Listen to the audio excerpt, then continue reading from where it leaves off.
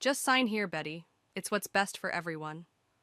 My mother's words still echo in my head 15 years later, the memory as sharp as the pen she thrust into my trembling hands that day. I was 23, naive and desperate to prove my love for my family, especially my sister Rose. My name is Betty, and this is the story of how I became both a surrogate and a mother, though not in the way anyone had planned. Think about Rose's career, my mother pressed, pacing our family's sunlit kitchen. She can't risk losing her modeling contracts. You're the only one who can help. She slid the surrogacy agreement across our marble countertop, her manicured nail tapping impatiently against the signature line. Rose sat beside me, her perfect features arranged in a practiced pout. Please, Betty, you know I've always wanted to be a mother, but the timing isn't right with my career taking off. Just carry the babies for me. That's all I'm asking. I stared at the contract, my stomach churning. But why twins? The fertility specialist recommended single embryo transfer. 2 for 1, Rose chirped, as if ordering coffee. More efficient this way. Besides, I've always wanted twins. My father cleared his throat from his position by the window. Betty, your sister has given you everything. Remember who paid for your medical school? Who supported you through every step? It's time to return the favor. The guilt was suffocating. They were right. Rose had helped fund my education when our parents couldn't afford it. I owed her. With shaking fingers, I signed the papers. The pregnancy was surprisingly easy, but something unexpected happened.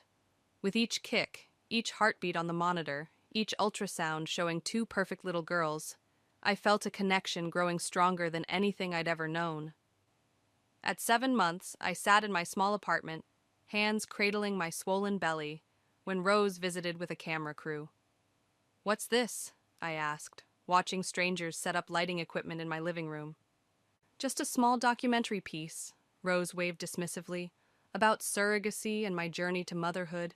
The agency thinks it'll be great publicity." My stomach clenched, and not from the baby's movement. "You didn't ask me about this." "Oh, don't be difficult," Rose snapped. "Just sit there and look happy. Talk about how blessed you feel to help your sister." That's when it hit me. The years of manipulation, the constant guilt-tripping, the way Rose had held her financial support over my head.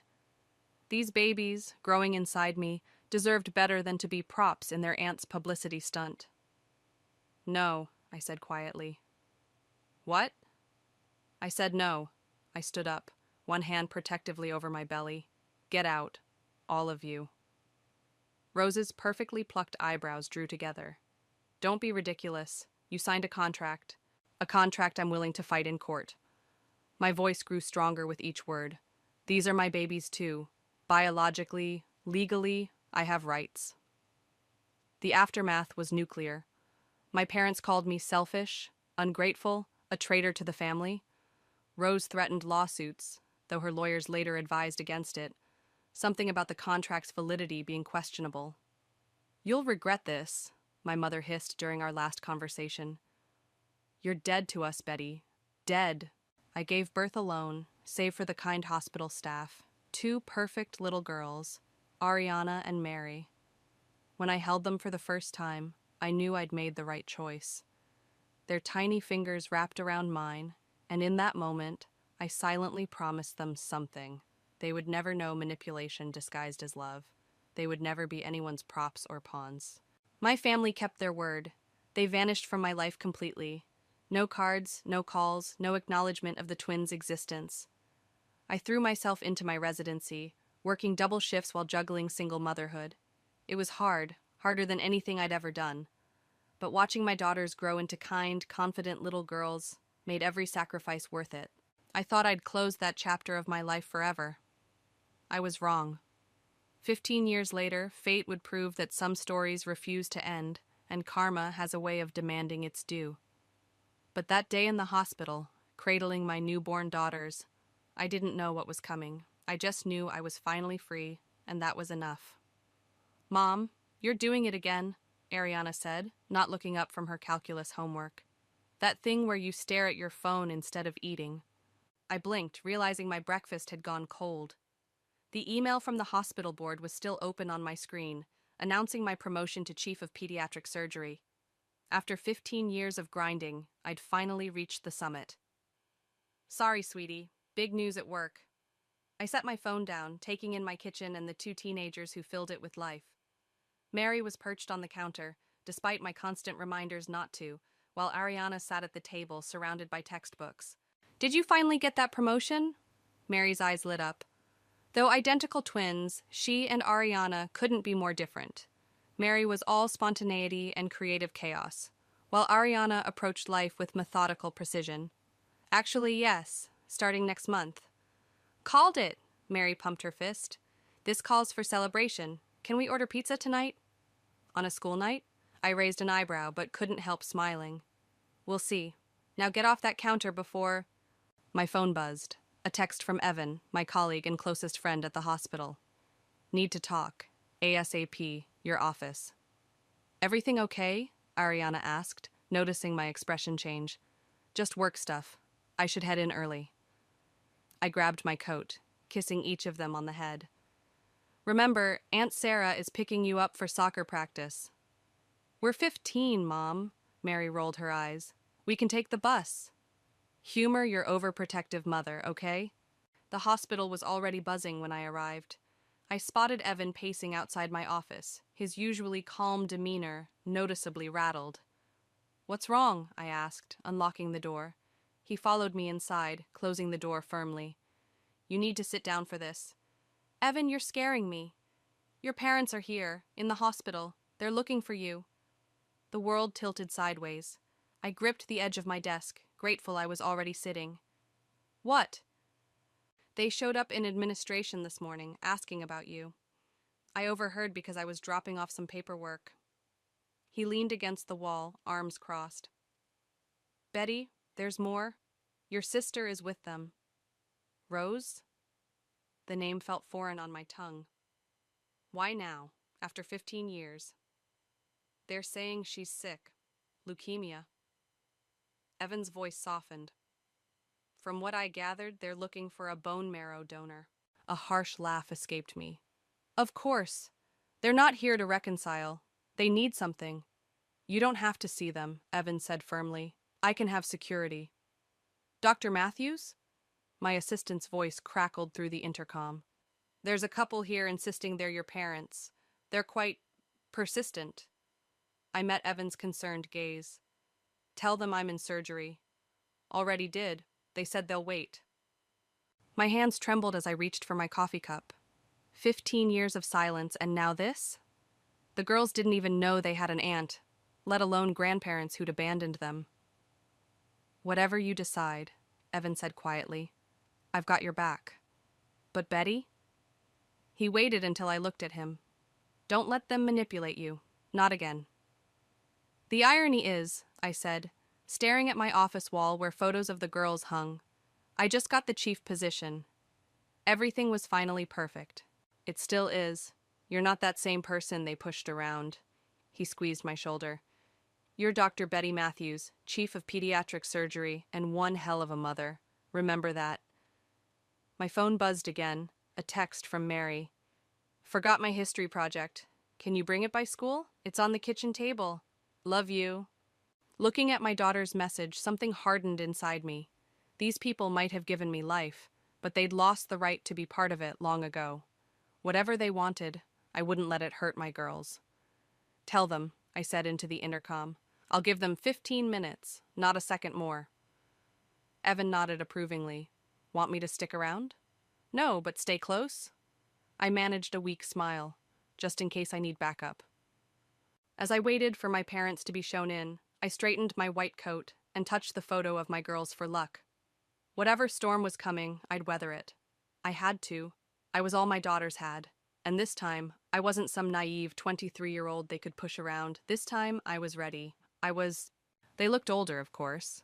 My mother's hair had gone completely gray, and my father's shoulders stooped in a way I didn't remember.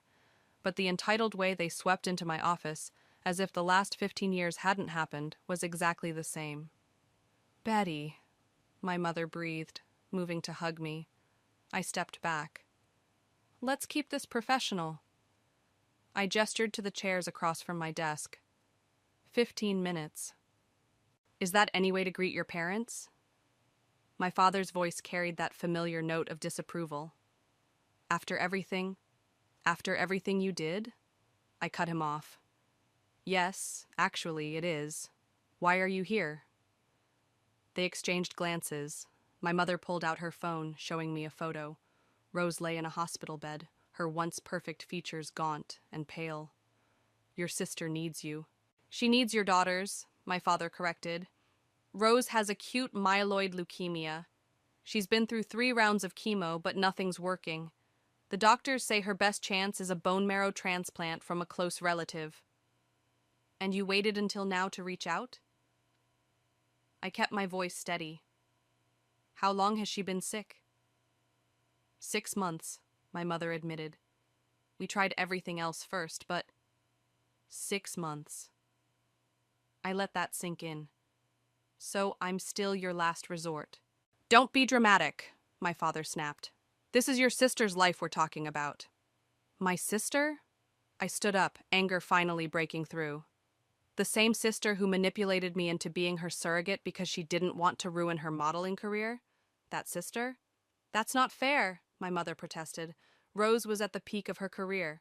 And now she's at the bottom of her luck, so you remember I exist? I laughed bitterly. Let me guess, you haven't found any other matches in the donor registry? Their silence was answer enough. The girls, my mother finally said. They're 15 now. We'd like to meet them. Absolutely not. They're Rose's daughters. My father's fist hit my desk. They have a right to know their mother. The words hung in the air like poison. I leaned forward, my voice deadly quiet. I am their mother, the only mother they've ever known or needed, and I have a right to know something too. Was Rose really infertile? They froze. My mother's hand flew to her throat, an old tell I remembered from childhood. I want DNA tests, I continued. Before we discuss anything involving my daughters, I want proof of Rose's biological claim to them. That's ridiculous, my father blustered. The surrogacy agreement, the same agreement your lawyers advised Rose not to enforce? I pulled out a document from my desk drawer. I've kept copies of everything, including the fertility clinic paperwork that seemed oddly vague about certain details. Betty, please, my mother's voice cracked. Rose is dying, and I'm sorry about that, truly, but my daughters aren't bargaining chips. I stood up. If you want to pursue this, we do it my way. Full DNA testing, complete medical history, and legal documentation. Otherwise, there's the door. You've become hard, my father said accusingly. No, I've become strong. There's a difference. I checked my watch. Your 15 minutes are up. My assistant will give you my lawyer's contact information. Any future communication goes through her. They stood slowly, my mother wiping tears I wasn't sure were genuine. At the door, she turned back. Do they know anything about us? They know they're loved. That's all they've ever needed to know. After they left, I sank into my chair, hands shaking. Evan appeared minutes later with coffee. That bad? Worse, I told him everything. Am I wrong to demand the DNA tests? No, he said firmly. You're protecting your kids. But Betty? He hesitated. What if the tests show what you suspect, that Rose was never infertile? I stared at the family photo on my desk. Then 15 years of lies come crashing down, and karma finally comes calling. My phone buzzed, a text from Mary. Thanks for bringing my project. Love you tons. Best mom ever. Looking at those words, I knew I'd walk through fire to protect what I'd built. My daughters deserved the truth, whatever it might be. And if that truth burned down the carefully constructed lies my family had built, well, some things needed to burn. I picked up my phone and called my lawyer. It was time to uncover what really happened 15 years ago, no matter the cost. The DNA results arrived on a Tuesday morning, delivered to my office in a sealed envelope. I stared at it for an hour before Evan knocked on my door. You haven't opened it yet, have you? He set down 2 cups of coffee and closed the door. I'm afraid, I admitted, pushing the envelope toward him. You do it. He picked it up, carefully breaking the seal. I watched his eyes scan the document, his expression shifting from neutral to shocked. Betty, he looked up. You're the biological mother. Both eggs were yours. The room spun. Even though I'd suspected it, hearing the confirmation knocked the wind out of me. How? They told me they used Rose's eggs. There's more. Evan flipped through the pages. The fertility clinic included their records. The eggs were harvested from you during what they told you was a preparatory procedure. Rose never underwent any fertility treatments there. She lied. My voice sounded distant to my own ears. They all lied. But why? Money, a voice said from the doorway. We both turned to see Sarah, my closest friend and the girl's godmother, standing there. Sorry, I overheard. But think about it. Wasn't Rose's big modeling contract right after? The memories flooded back. Rose's magazine covers, the luxury car, the beach house, all appearing shortly after I'd signed the surrogacy agreement. The pregnancy would have cost her the contract, I whispered, so she used me instead. And your parents helped her do it, Sarah added, her voice hard. Have you told the girls? Not yet. I don't even know how to start that conversation.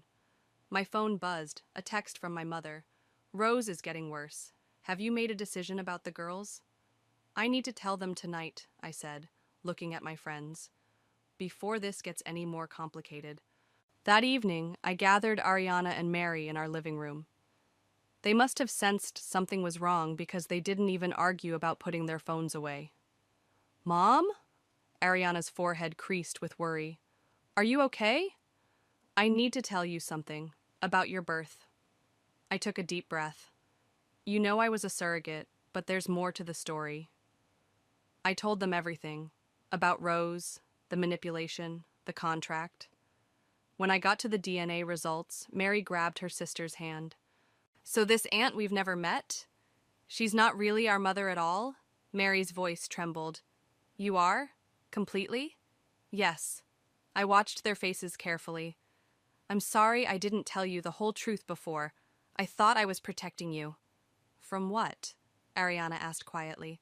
From feeling unwanted. From knowing your aunt and grandparents chose money and career over you. But you didn't, Mary said fiercely. You chose us. Ariana stood up suddenly, pacing the room. They're back, aren't they? That's why you're telling us now. Yes, your Aunt Rose is sick. They want to test you as potential bone marrow donors. No. Ariana's response was immediate. They abandoned us for 15 years. They don't get to use us now. Ari, I said gently, I'm not asking you to decide anything right now. I just needed you to know the truth. I want to meet them, Mary said suddenly. We all turned to look at her. Not to help. I just want to see the people who thought they could throw us away. Mary! Ariana looked shocked. What? Don't you want to look them in the eye? Tell them what they missed? I watched my daughters, Mary's righteous anger, Ariana's protective instincts, and saw myself in both of them. Strong, resilient, unwilling to be manipulated. Whatever you decide, I said carefully, we do it together.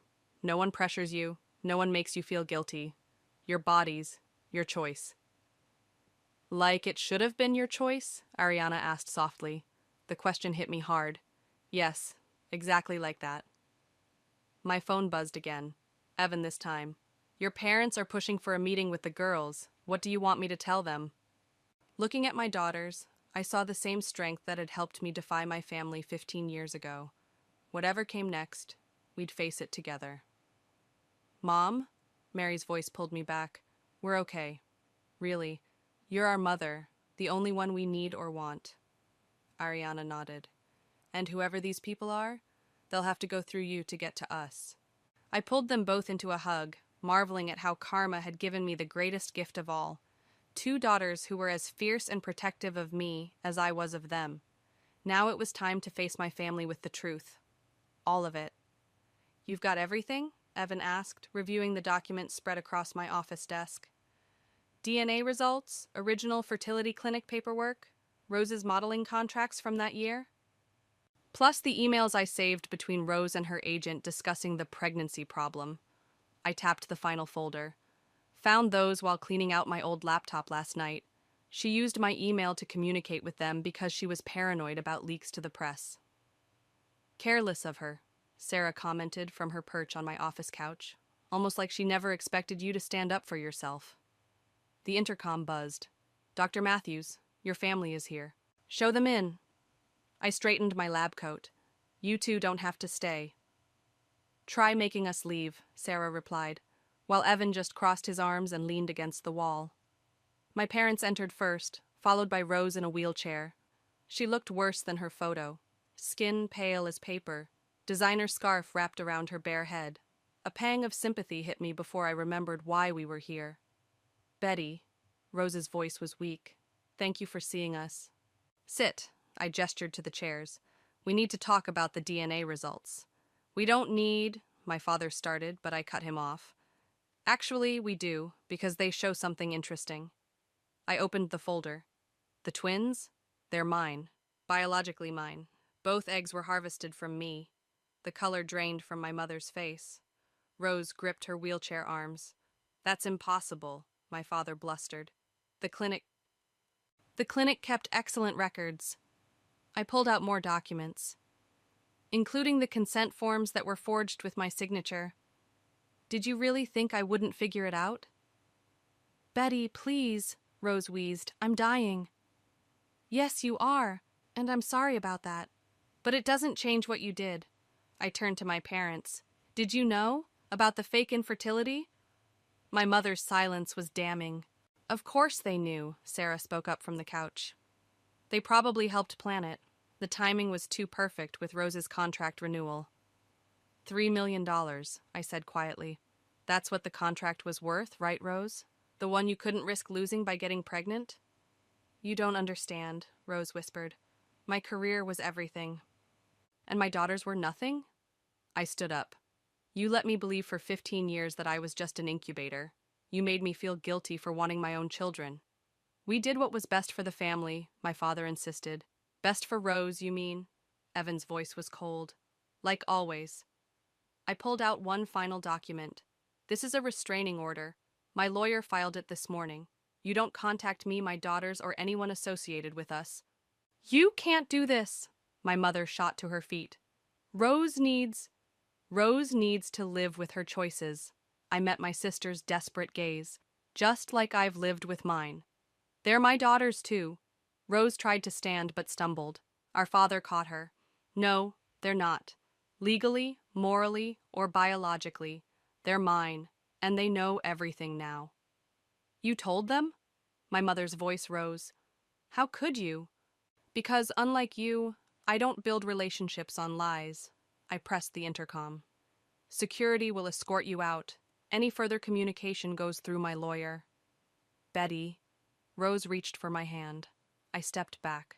Please, I'm scared. For a moment, I saw my sister as she used to be, before the modeling, before the lies, the girl who used to read me bedtime stories and braid my hair. But that sister was gone, replaced by someone I didn't recognize. I hope you find a donor match, Rose. I really do, but it won't be my daughters. Security arrived to escort them out. As they left, my mother turned back. You'll regret this. When Rose dies, I interrupted. It will be sad, but my conscience will be clear. Can you say the same? After they left, Sarah and Evan moved to my side. You okay? Evan squeezed my shoulder. No, I admitted, but I will be. My phone lit up with a text from Mary. Mom, Ari, and I made dinner. Well, we ordered pizza. Same thing, right? Love you. Looking at that message, I felt the weight of 15 years lift from my shoulders. The truth was finally out. The lies were exposed. And somewhere in the universe, karma was nodding in approval. Come on, Sarah grabbed my purse. Let's get you home to those amazing daughters of yours. Amazing indeed. And completely, undeniably, mine. The next morning, I found Ariana and Mary waiting in the kitchen, still in their pajamas, despite it being nearly noon on a Saturday. We want to meet them, Ariana announced without preamble. Both of us, Mary added.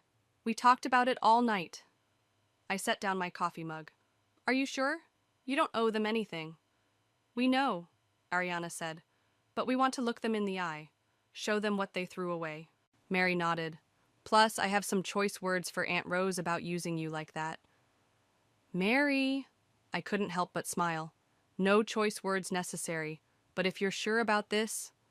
We are, they said in unison. 2 hours later, we sat in a private hospital conference room.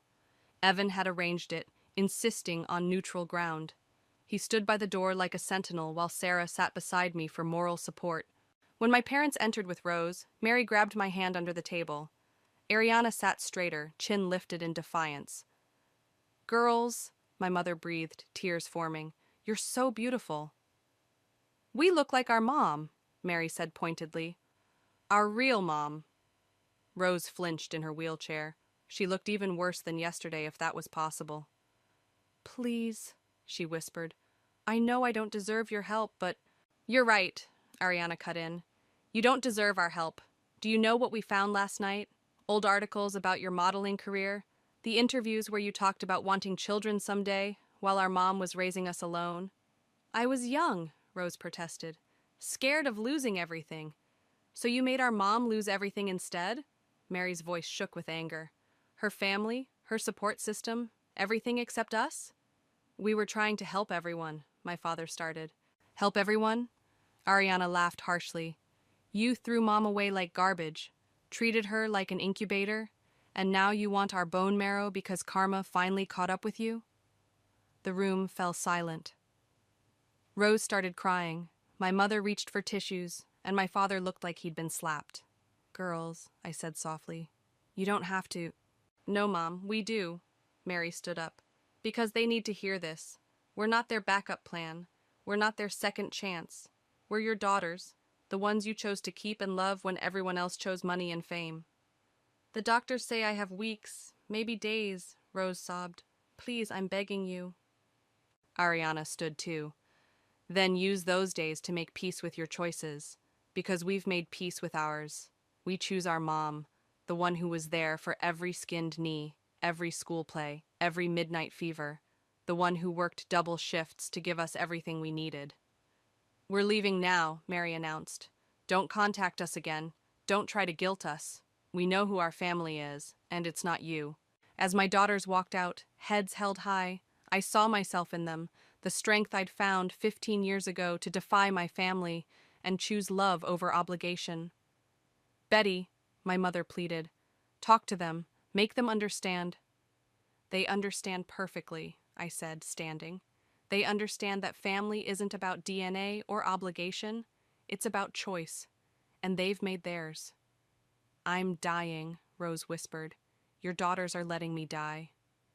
No, Rose, your choices are letting you die, the same choices that killed our relationship 15 years ago. I moved toward the door. I hope you find peace with that. Outside, I found my daughters hugging Evan and Sarah. You okay? I asked, pulling them close. Better than okay, Ariana said. I feel free. Like we finally got to stand up for you, Mary added. The way you stood up for us before we were even born. My phone buzzed, a text from my mother. This can't be how our story ends. Looking at my daughters, strong and fierce and compassionate in all the ways that mattered, I knew she was wrong. This wasn't an ending at all. It was a beginning. One without lies, without manipulation, without guilt. Ice cream? I suggested. I think we all earned it. Mom, Mary rolled her eyes. It's not even 2 o'clock. Perfect time for ice cream, Evan chimed in. I know a place. As we walked out of the hospital, I felt lighter than I had in years. Sometimes the hardest choices are the right ones. Sometimes standing your ground means watching others fall. And sometimes karma doesn't need your help at all. 3 days after our confrontation, I was in surgery when Evan appeared in the observation window, gesturing urgently. I finished my final suture before stepping out. Rose coded this morning, he said without preamble. They brought her back, but she's on a ventilator now. I leaned against the wall, letting my surgical cap dangle from my fingers. How long? Days, maybe hours. Your mother's been calling the hospital nonstop. The restraining order is still in place, he assured me. But Betty, she's asking for you. Just you, not the girls. I closed my eyes, remembering the last time Rose had really asked for my help. Look how that turned out. I'll think about it. When I got home that evening, I found the girls in Mary's room, huddled over Mary's laptop. "Mom," Ariana called out, "come look at this." On the screen was an old YouTube video, Rose's last major interview before retiring from modeling. The timestamp showed it was from 14 years ago.